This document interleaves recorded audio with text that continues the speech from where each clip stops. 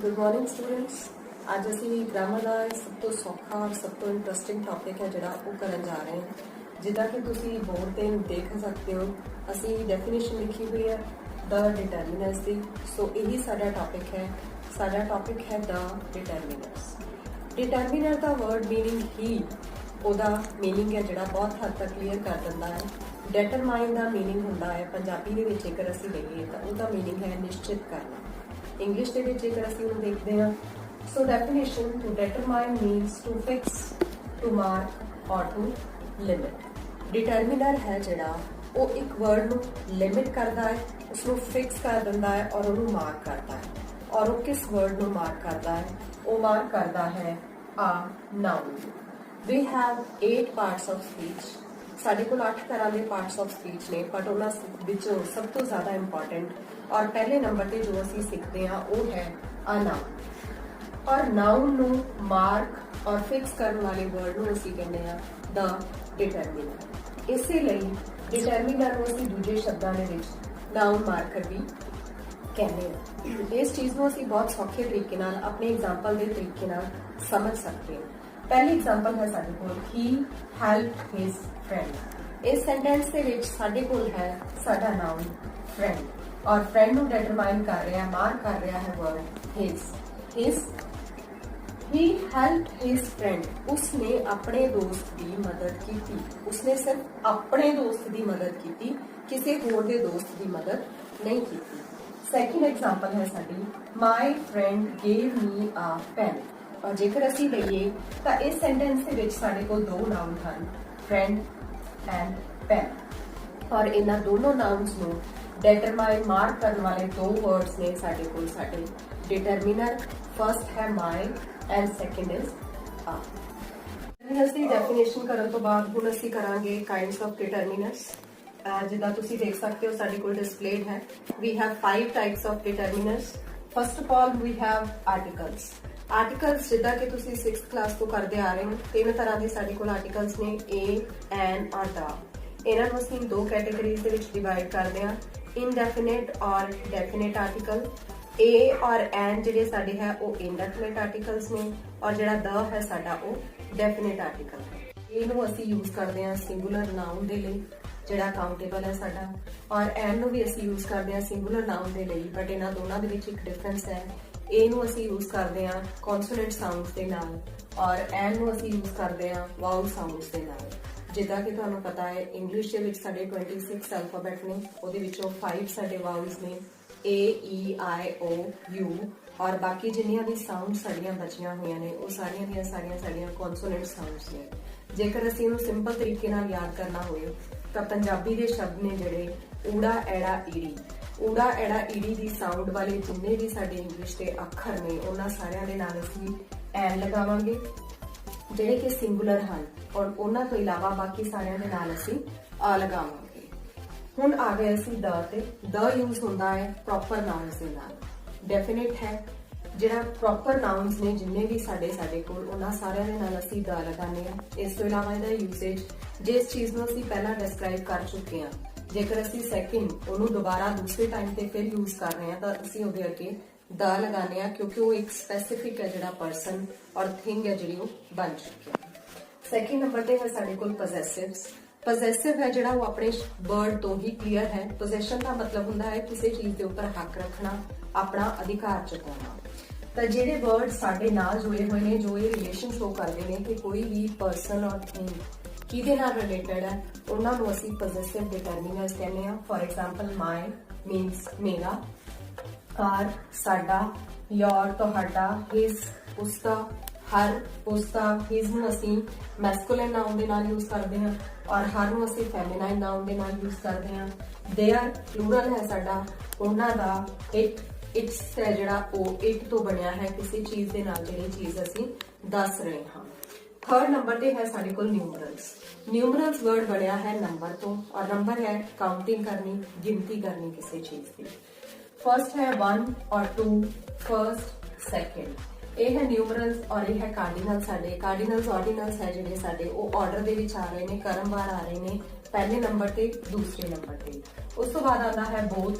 ਜਦੋਂ ਅਸੀਂ ਸੈਂਟੈਂਸ ਦੇ ਵਿੱਚ ਕਹਿ ਰਹੇ ਹਾਂ ਕਿ ਇਹ ਚੀਜ਼ਾਂ ਜਿਹੜੀਆਂ ਦੋਨਾਂ ਤੇ ਐਪਲੀਕੇਬਲ ਨੇ ਤਾਂ ਅਸੀਂ ਉੱਥੇ ਬੋਥ ਯੂਜ਼ ਕਰਦੇ ਹਾਂ।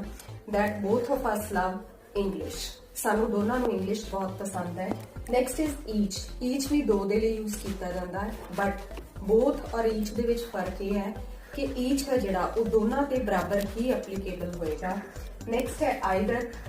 Either means 1 out of 2 and neither means none out of 2। Either ਦਾ ਮਤਲਬ ਹੈ ਜੇਕਰ ਅਸੀਂ ਦੋ ਜਣਿਆਂ ਦੀ ਗੱਲ ਕਰ ਰਹੇ ਹਾਂ ਤਾਂ ਦੋਨਾਂ ਦੇ ਵਿੱਚੋਂ ਇੱਕ ਹੈ ਜਿਹੜਾ ਉਹ ਪੋਜ਼ਿਟਿਵ ਹੈ, ਦੂਸਰਾ ਨੈਗੇਟਿਵ ਹੈ। ਨਾਈਦਰ ਦੇ ਵਿੱਚ ਦੋਨੋਂ ਹੀ ਨੈਗੇਟਿਵ ਨੇ। ਨੈਕਸਟ ਹੈ ਫਿਊ। ਫਿਊ ਔਰ ਦ ਫਿਊ। ਇਹਨਾਂ ਨੂੰ ਅਸੀਂ ਕਾਊਂਟਿੰਗ ਦੇ ਲਈ ਯੂਜ਼ ਕਰਦੇ ਹਾਂ, ਬਟ ਇਹ ਇੱਕ ਡਿਗਰੀ ਦੇ ਤੌਰ ਤੇ ਅਸੀਂ ਲੈਂਦੇ ਹਾਂ। ਫਿਊ ਦਾ ਮਤਲਬ ਹੈ ਕੁਝ ਵੀ ਨਹੀਂ, ਨਾ ਦੇ ਬਰਾਬਰ। ਆ ਫਿਊ ਦਾ ਮਤਲਬ ਹੈ ਥੋੜਾ ਜਿਹਾ, ਔਰ ਦ ਫਿਊ ਦਾ ਮਤਲਬ ਹੈ ਜਿੰਨੀ ਵੀ ਗਿਣਤੀ ਹੈ ਸਾਡੇ ਕੋਲ ਅਸੀਂ ਉਹ ਸਾਰੇ ਦੀ ਸਾਰੀ ਹੀ ਲੈਣੀ ਹੈ। ਨੈਕਸਟ ਹੈ 4th ਨੰਬਰ ਤੇ ਕੁਆਂਟੀਟੇਟਿਵਸ। ਕੁਆਂਟੀਟੀ ਹੈ ਸਾਡੀ ਮਾਤਰਾ, ਕਿਸੇ ਚੀਜ਼ ਨੂੰ ਮੈਜ਼ਰ ਕਰਨ ਦਾ ਤਰੀਕਾ। ਉਹ ਹੈ ਫਸਟ ਆਫ ਆਲ ਸਮ ਔਰ ਐਨੀ। ਦੋਨਾਂ ਦਾ ਮਤਲਬ ਹੀ ਹੈ ਥੋੜਾ ਜਿਹਾ, ਬਟ ਇਹਨਾਂ ਦੇ ਵਿੱਚ ਇੱਕ ਡਿਫਰੈਂਸ ਹੈ। ਜਦੋਂ ਵੀ ਅਸੀਂ ਪੋਜ਼ਿਟਿਵ ਸੈਂਟੈਂਸਸ ਬਣਾਉਂਦੇ ਹਾਂ ਤਾਂ ਉਹਨਾਂ ਦੇ ਵਿੱਚ ਅਸੀਂ ਸਮ ਯੂਜ਼ ਕਰਦੇ ਹਾਂ। ਨੈਗੇਟਿਵ ਔਰ ਇੰਟਰੋਗੇਟਿਵ ਸੈਂਟੈਂਸਸ ਦੇ ਵਿੱਚ ਅਸੀਂ ਐਨੀ ਯੂਜ਼ ਕਰਦੇ ਹਾਂ। ਨੈਕਸਟ ਨੰਬਰ ਤੇ ਆਉਂਦਾ ਹੈ ਮਚ ਔਰ ਲੈਸ। ਮਚ ਹੈ ਜ਼ਿਆਦਾ ਕੁਆਂਟੀਟੀ, ਲੈਸ ਹੈ ਥੋੜੀ ਕੁਆਂਟੀਟੀ। ਫਿਰ ਨੈਕਸਟ ਤੁਸੀਂ ਦੇਖ ਸਕਦੇ ਹੋ ਸਾਡੇ ਕੋਲ ਫਿਊ ਦ ਫਿਊ ਦੀ ਤਰ੍ਹਾਂ ਹੀ ਵਰਡਸ ਹਨ। ਲਿਟਲ, ਲਿਟਲ, ਦ ਲਿਟਲ। ਸੇਮ ਹੈ ਇਹਨਾਂ ਨੂੰ ਐਪਲੀਕੇਬਲ ਕਰਨ ਦਾ ਤਰੀਕਾ, ਬਟ ਇਹਨਾਂ ਨੂੰ ਅਸੀਂ ਕਾਊਂਟਿੰਗ ਲਈ ਯੂਜ਼ ਕਰਦੇ ਹਾਂ, ਇਹਨਾਂ ਨੂੰ ਅਸੀਂ ਮੈਜ਼ਰ ਕਰਨ ਦੇ ਲਈ ਯੂਜ਼ ਕਰਦੇ ਹਾਂ। ਲਿਟਲ ਦਾ ਮਤਲਬ ਹੈ ਨਾ ਦੇ ਬਰਾਬਰ ਮਾਤਰਾ। ਆ ਲਿਟਲ ਦਾ ਮਤਲਬ ਹੈ ਥੋੜੀ ਜਿਹੀ ਮਾਤਰਾ, ਔਰ ਦ ਲਿਟਲ ਦਾ ਮਤਲਬ ਹੈ ਜਿੰਨੀ ਮਾਤਰਾ ਸਾਡੇ ਕੋਲ ਹੈ ਉਹ ਸਾਰੀ ਦੀ ਸਾਰੀ। And last one is demonstrative. This, that, these, those। this और that ਨੇ ਜਿਹੜੇ ਅਸੀਂ ਉਹ ਸਿੰਗੂਲਰ ਲਈ ਯੂਜ਼ ਕਰਦੇ ਹਾਂ। these और those ਨੂੰ ਅਸੀਂ ਪਲੂਰਲ ਦੇ ਲਈ ਯੂਜ਼ ਕਰਦੇ ਹਾਂ, ਬਟ ਇਹਨਾਂ ਦੇ ਵਿੱਚ ਇੱਕ ਹੋਰ ਡਿਫਰੈਂਸ ਹੈ। this और these ਨੂੰ ਅਸੀਂ ਜਿਹੜੀਆਂ ਚੀਜ਼ਾਂ ਸਾਡੇ ਨਜ਼ਦੀਕ ਹਨ ਉਹਨਾਂ ਦੇ ਲਈ ਯੂਜ਼ ਕਰਦੇ ਹਾਂ, ਔਰ that और those ਨੂੰ ਅਸੀਂ ਜਿਹੜੀਆਂ ਚੀਜ਼ਾਂ ਸਾਡੇ ਤੋਂ ਦੂਰ ਹਨ ਉਹਨਾਂ ਦੇ ਲਈ। ਜੀ ਆਈ ਹੋਪ ਹੁਣ ਇਹਨਾਂ ਐਕਸਪਲੇਨੇਸ਼ਨਸ ਤੋਂ ਬਾਅਦ ਅਸੀਂ ਜਿਹੜੀਆਂ ਸਾਡੀਆਂ ਐਕਸਰਸਾਈਜ਼ਸ ਹੈ ਗ੍ਰਾਮਰ ਦੇ ਵਿੱਚ ਉਹਨਾਂ ਨੂੰ ਸਕਸੈਸਫੁਲੀ ਅਟੈਂਪਟ ਕਰ ਸਕਦੇ ਹਾਂ। ਸਾਡੇ ਕੋਲ ਹੈ ਐਕਸਰਸਾਈਜ਼ ਨੰਬਰ 1। ਸੈਂਟੈਂਸ ਹੈ ਸਾਡਾ, mister Sharma went to bazaar and bought some honey from a shop. Some means ਥੋੜਾ ਜਿਹਾ, ਜਿੱਦਾਂ ਅਸੀਂ ਆਲਰੇਡੀ ਡਿਸਕਸ ਕਰ ਚੁੱਕੇ ਹਾਂ। ਸਮ ਹੈ ਜਿਹੜਾ ਉਹ ਕੁਆਂਟੀਟੀ ਸ਼ੋ ਕਰਦਾ ਹੈ, ਔਰ ਸ਼ਾਪ ਹੈ ਜਿਹੜਾ ਉਹਨੂੰ ਡਿਟਰਮਾਈਨ ਕਰ ਰਿਹਾ ਸਾਡਾ ਵਰਡ ਆ। ਨੈਕਸਟ ਸੈਂਟੈਂਸ ਹੈ, ਦ ਸ਼ਾਪਕੀਪਰ ਗੇਵ ਹਿਮ ਦ ਹਨੀ। ਠੀਕ ਹੈ, ਦ ਦੋਨਾਂ ਜਗ੍ਹਾ ਤੇ ਦ ਕਿਉਂ ਆਇਆ? ਕਿਉਂਕਿ ਅਸੀਂ ਉਸੇ ਸ਼ਾਪਕੀਪਰ ਦੀ ਗੱਲ ਪਹਿਲਾਂ ਕਰ ਚੁੱਕੇ ਹਾਂ, ਔਰ ਇਸੇ ਤਰ੍ਹਾਂ ਹਨੀ ਹੈ ਜਿਹੜਾ ਅਸੀਂ ਉਹਨੂੰ ਵੀ ਪਹਿਲਾਂ ਡਿਸਕ੍ਰਾਈਬ ਕਰ ਚੁੱਕੇ ਹਾਂ। ਨੈਕਸਟ ਹੈ, when mister Sharma was coming back he saw some girls who were playing in the ground। ਇੱਥੇ ਅਸੀਂ ਫਿਰ ਯੂਜ਼ ਕੀਤਾ ਸਮ, ਕਿਉਂਕਿ ਗਰਲਸ ਹੈ ਜਿਹੜੀਆਂ ਅਸੀਂ ਉਹਨਾਂ ਦੀ ਗਿਣਤੀ ਹੈ ਜਿਹੜੀ ਉਹ ਸ਼ੋ ਕਰ ਰਹੇ ਹਾਂ। ਥੋੜੀਆਂ ਜੀਆਂ ਨੇ ਤਾਂ ਅਸੀਂ ਸਮ ਯੂਜ਼ ਕੀਤਾ, ਔਰ ਦ ਗਰਾਊਂਡ ਕਿਉਂਕਿ ਆਲਰੇਡੀ ਜਿਹੜਾ ਹੈ ਅਸੀਂ ਉਸ ਦੀ ਗੱਲ ਕਰ ਚੁੱਕੇ ਹਾਂ। ਨੈਕਸਟ ਹੈ, some of them were looking very pretty। ਥੋੜੀਆਂ ਜੀਆਂ ਉਹਨਾਂ ਦੇ ਵਿੱਚੋਂ ਜਿਹੜੀਆਂ ਗਰਲਸ ਸਨ ਉਹ ਖੂਬਸੂਰਤ ਨਜ਼ਰ ਆ ਰਹੀਆਂ ਸਨ। ਐਂਡ ਲਾਸਟ ਸੈਂਟੈਂਸ ਹੈ ਐਕਸਰਸਾਈਜ਼ ਦਾ ਸਾਡੇ ਕੋਲ, mister Sharma was happy to see the girls in a joyous mood.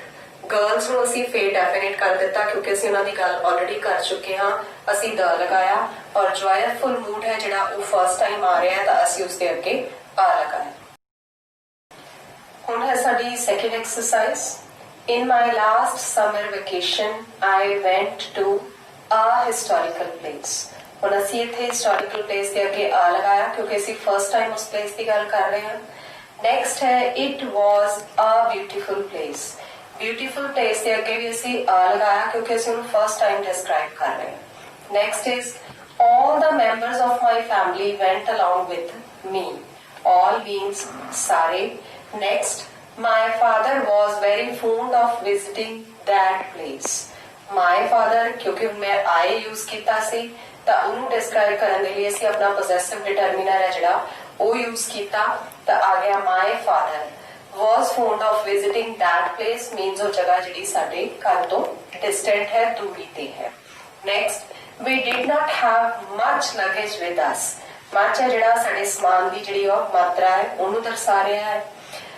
We didn't face any difficulty there. मैं जिद्दां तुहानूं पहलां ही कहा सी कि any है जिहड़ा ਅਸੀਂ ਉਹਨੂੰ नेगेटिव और इंटरोगेटिव ਦੇ ਵਿੱਚ यूज ਕਰਦੇ ਹਾਂ ਤਾਂ ਇੱਥੇ ਸਾਡਾ did not ਲੱਗਾ ਹੋਇਆ ਹੈ. it means ਇਹ नेगेटिव है ਤਾਂ ਅਸੀਂ ਇੱਥੇ any यूज करांगे.